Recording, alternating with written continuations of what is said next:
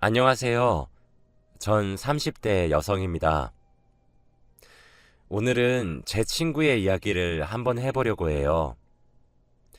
제가 할 이야기는 지금으로부터 몇 달 정도 전에 일어난 이야기입니다.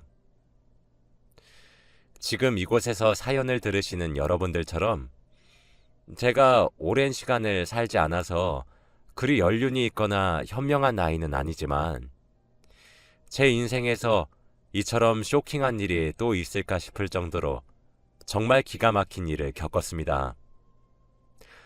저에겐 정말 친하고 가장 소중한 친구가 한 명 있어요. 그 친구는 저와 고향 친구인데 학창 시절을 모두 같은 학교에서 보냈죠.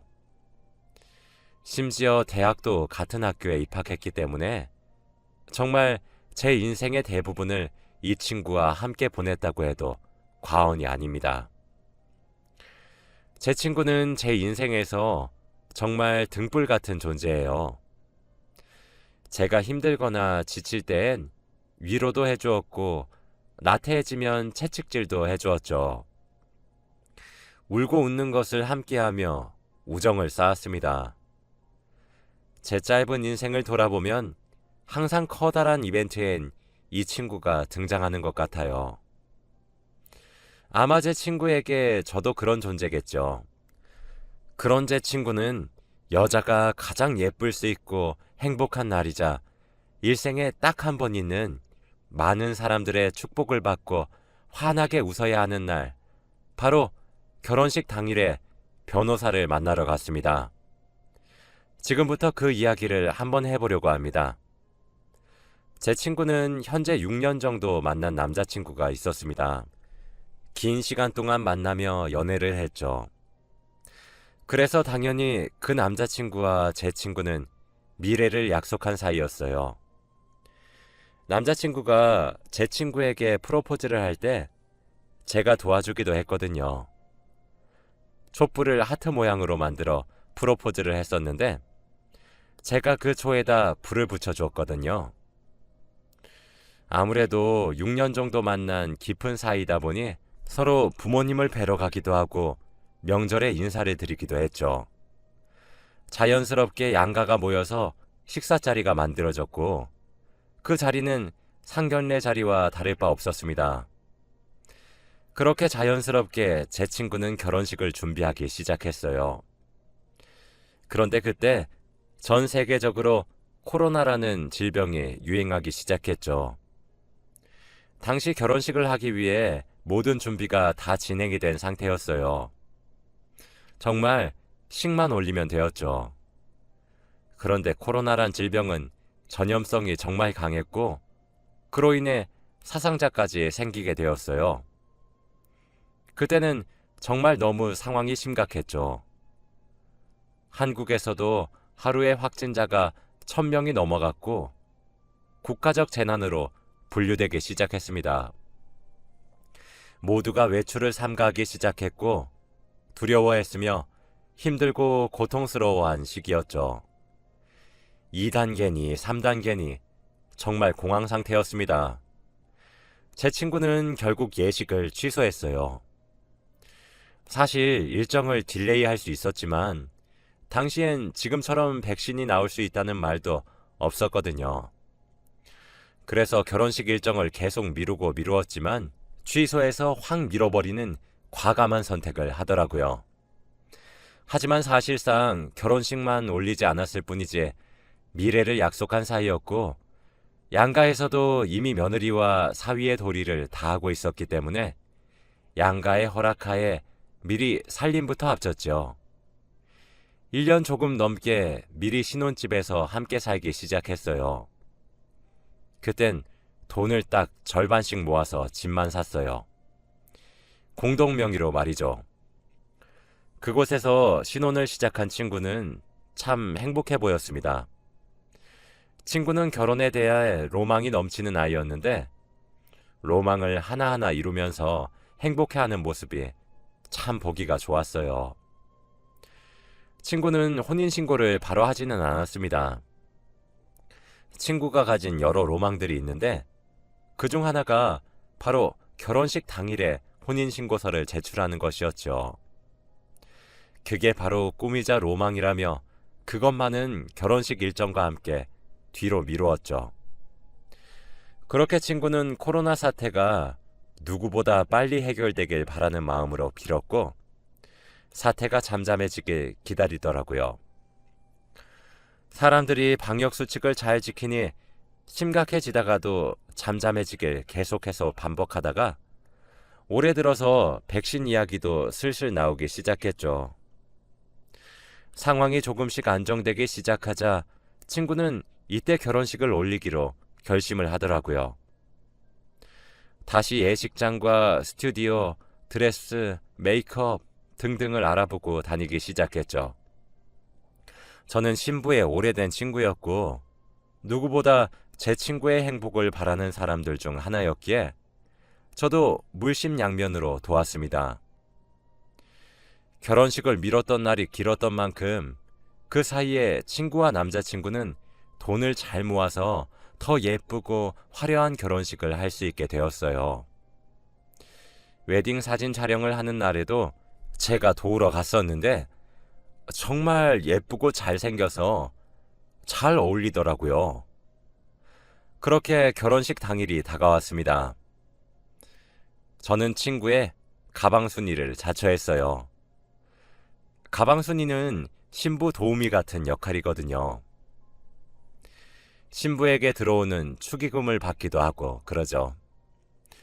그날 너무 예쁘고 아름다웠던 친구와 신부 대기실에서 사진을 얼마나 많이 찍었는지 몰라요. 제 반쪽 같은 친구가 드레스를 입고 단아하게 앉아 있었는데 인생의 동반자와 결혼한다는 사실이 실감이 나서 울컥하기도 했습니다. 그런데 신부 대기실에 어떤 의문의 여성이 한 명이 들어오더라고요. 저와 친구는 함께 한 시간이 오래되었다 보니 서로의 지인 대부분을 다 알고 있는데 처음 보는 여성분이셨습니다. 의문의 여성은 얼마나 울었던 것인지 눈가 근처가 붉게 부어있는 얼굴을 하고 있었어요. 신부 대기실로 들어와서 저희를 쳐다보더군요. 망설이는 듯하며 안절부절 못하면서 말이에요. 사진을 찍으시겠냐는 사진사의 말과 누구시냐는 제 질문에 그 여성분은 이내 결심을 굳힌 듯 저희 쪽으로 다가왔습니다. 그리고는 저도 정말 몰랐어요. 저도 어제 알게 되었어요. 만일 제가 미리 알았더라면 만나지 않았을 거예요. 오늘 같은 날 이런 일을 겪게 해드려서 그리고 알려드려서 정말 죄송합니다. 하지만 그쪽도 더 늦기 전에 아셔야 할 것 같아서 이렇게 찾아왔습니다. 정말 죄송합니다. 라고 말을 하며 친구에게 A4 용지 뭉치를 건네더라고요. 그리곤 그 자리에 주저앉아서 입을 틀어막고 눈물을 흘리더군요. 근처에 그 여성분의 친구들도 있었던 것인지 2명의 여자분들이 더 들어와서 그 여성을 일으켜서 달랬습니다. 그 의문의 여성분은 친구들에게 부축을 받으며 제 친구에게 다가와 연락처를 하나 남기고는 신부 대기실을 나가더라고요. 그런데 종이 뭉치를 넘겨보는 제 친구의 표정이 참 심상치 않았습니다. 종이를 넘기면 넘길수록 얼굴이 새하얗게 질려서 부들부들 떨었어요. 처음엔 손만 떨더니 곧이어 온몸을 덜덜 떨더라고요. 제가 너무 놀라 친구에게 다가가서 왜 그러는 거냐고 물었죠. 친구는 아무런 말도 없이 제게 종이 뭉치를 건네어 주었고 제게 고스란히 보여주더라고요. 그것들을 받아서 읽어보는데 정말 제 두 눈을 의심했습니다. 아찔하더라고요. 종이 뭉치 속에는 아까 들어온 의문의 여성분과 오늘 제 친구와 결혼식을 진행할 예비 신랑인 남자친구가 마치 연인처럼 다정하게 찍은 사진 여러 장과 사랑을 속삭였던 메시지, 기념일을 보냈었던 사진과 주고받은 선물, 그리고 함께 여행을 다녔다는 사진들 등이 첨부되어 있었습니다. 그 중에서도 가장 충격적이었던 사실은 따로 있었습니다. 결혼식을 올리기 바로 전날 예비 신랑은 동거를 하고 있으니까 막상 지금 결혼한 것과 다를 바 없는 생활을 하고 있지만 다음날 진짜로 식을 올리고 법적으로 유부남, 유부녀가 된다고 생각하니 너무 싱숭생숭하다며 각자 부모님 집에 가서 미혼 시절 마지막 딸 아들 노릇 한번 하고 싶다며 부모님과 하룻밤을 보내자고 그렇게 제안했어요. 그래서 제 친구는 친정에서 예비 신랑은 시댁에서 하루를 보내기로 했었죠. 그런데 예비 신랑은 시댁이 아니라 저희에게 종이 뭉치를 건네러 온 그 의문의 여성과 밤을 새웠더군요. 종이 뭉치의 마지막 부분에는 짧은 글이 적혀 있었는데 예비 신랑이 그 의문의 여성과 어젯밤에도 함께 있었고 제 친구도 그분도 양쪽 모두가 모르게 바람을 피고 있었다고 합니다. 어젯밤에 예비 신랑이 자신을 만나러 와서는 한 가지 고백할 것이 있다고 용서하길 바라진 않지만 피해는 주지 않았으면 좋겠다고 말을 하면서 사실은 자기가 내일 결혼을 하니까 헤어지자고 말을 했다고 해요. 누구와 결혼을 하는지, 어디서 결혼을 하는지 아무것도 알려주지 않고 오늘이 마지막 밤이라고만 했다더군요. 그러면서 자기가 결혼 생활을 하면서 만나줄 수는 있는데 그래도 괜찮겠냐고 물어보기까지 했대요. 그 여성분은 괜찮다고 헤어지자며 이별을 담담히 받아들인 척했고 밤새 몰래 이 증거를 만들었던 거죠.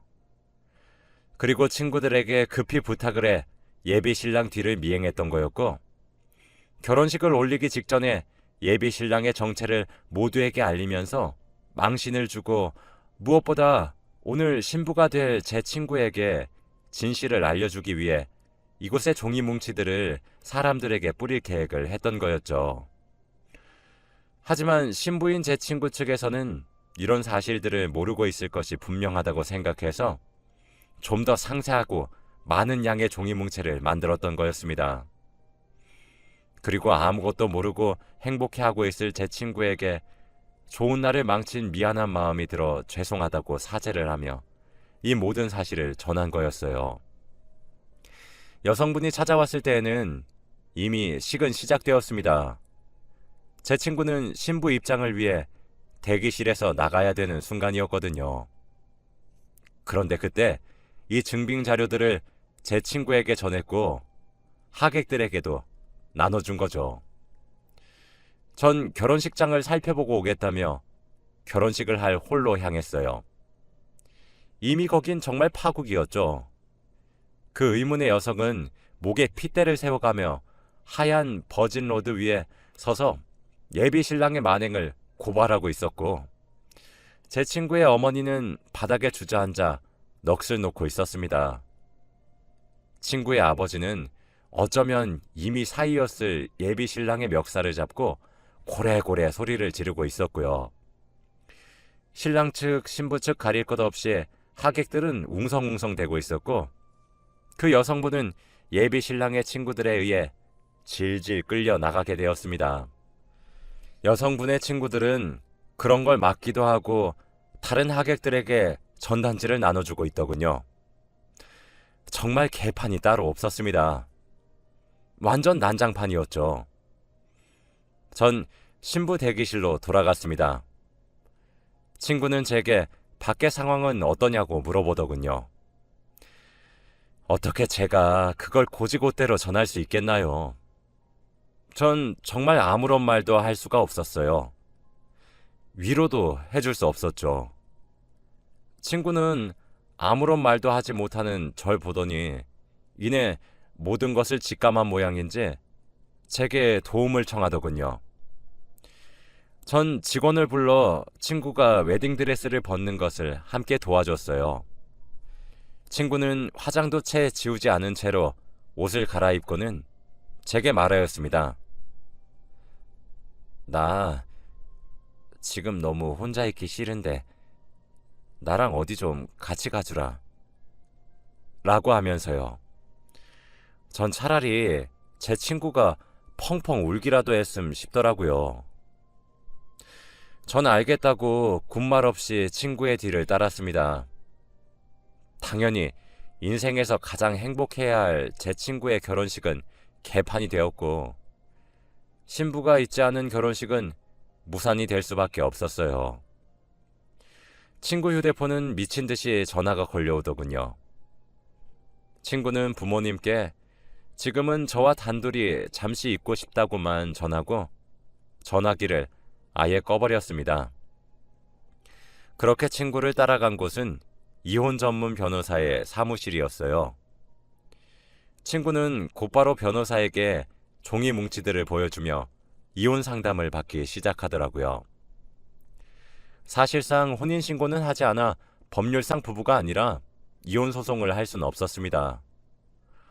그러나 이미 공동명의로 마련한 신혼집에서 1년이 넘는 기간 동안 신혼생활과 다름없는 생활을 한 점을 미루어서 사실혼이 성립된다고 하더군요.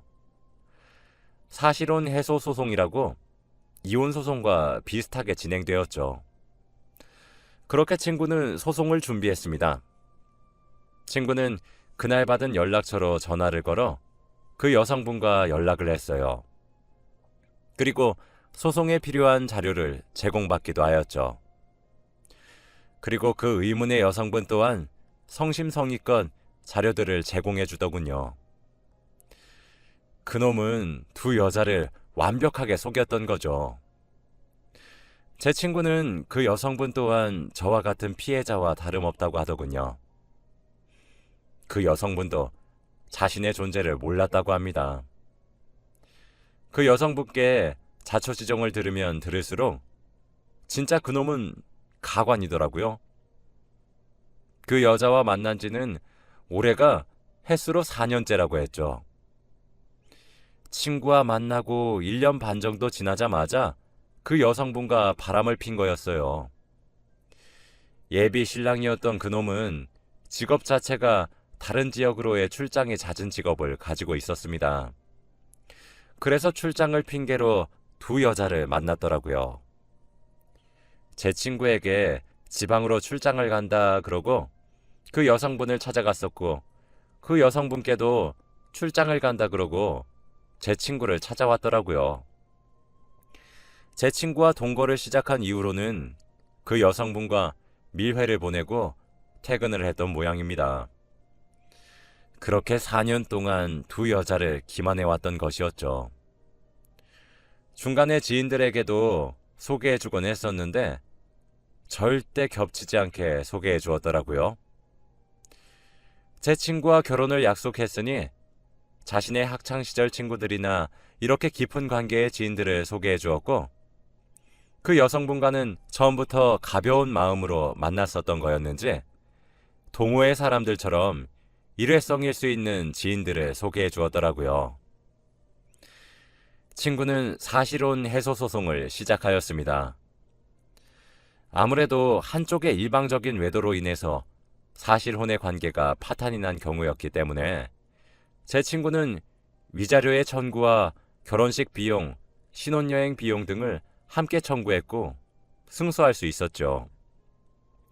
또 이번에 결혼식을 준비하면서 예단과 예물을 주고받아서 그 비용까지 반환 신청이 가능하더라고요. 다행스럽게도 집은 정확히 반씩 돈을 마련해 준비한 공동명의였고, 월급 또한 일정량의 생활비를 모아서 쓰는 것을 제외하고는 각자 관리해서 재산 문제는 쉽게 정리가 되더군요. 그래서 생각보다 금전적인 타격은 없더군요. 제 친구는 그렇게 미래를 약속했던 남자와의 이별을 준비했죠. 전 그저 그런 친구의 곁을 묵묵히 지켜주었습니다. 그런데 거기서 끝나지 않았어요. 아무래도 결혼식에 있었던 하객들도 일련의 사정들을 모두 알게 되었고, 그렇다 보니 이 사람 저 사람 입에 이야깃거리가 오르락 내리락 거렸죠. 친구가 참 스트레스를 많이 받더군요. 얼마나 안타까웠는지 몰라요. 그러던 어느 날 제게 모르는 번호로 전화가 한 통 걸려왔습니다. 저장되지 않은 번호라 뭔가 싶었지만 전화를 받아 여보세요? 라고 했죠. 그런데 글쎄 상대방은 그놈이더라고요. 그놈은 제게 연락하기 전에도 제 친구에게 연락을 해보려고 미친 듯이 노력했으나 친구가 연락 전부를 받지 않고 소송을 강행했었고 정말 지푸라기라도 잡는 심정으로 제게 연락을 한 것이라고 하더군요. 아무래도 결혼식 날 당연히 있었던 하객의 절반은 신랑 측 지인이었는데 그렇게 결혼식이 개판이 되고 난 이후 신랑에게 지인들이 전화를 걸어 그렇게 살지 말라며 여러 말을 한 모양입니다. 심지어 회사에서도 소문이 퍼져서 직장 생활도 힘들어졌나 봐요. 그래서 번호를 바꿔 제게 전화를 걸었던 거였습니다. 제 친구와 한 번만 얼굴 보고 이야기를 할 수 있게 도와달라고 애걸복걸을 하더라고요.